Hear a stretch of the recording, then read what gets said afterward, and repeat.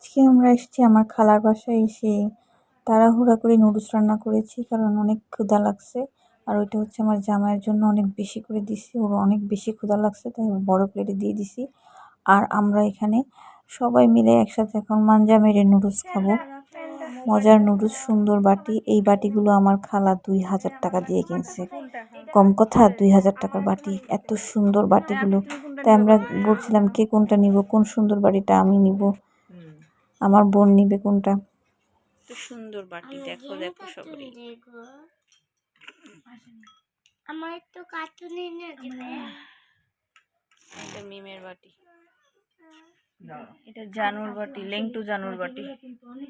ওইটা ফুফুর বাটি, মিমের ফুফুর বাটি ওটা।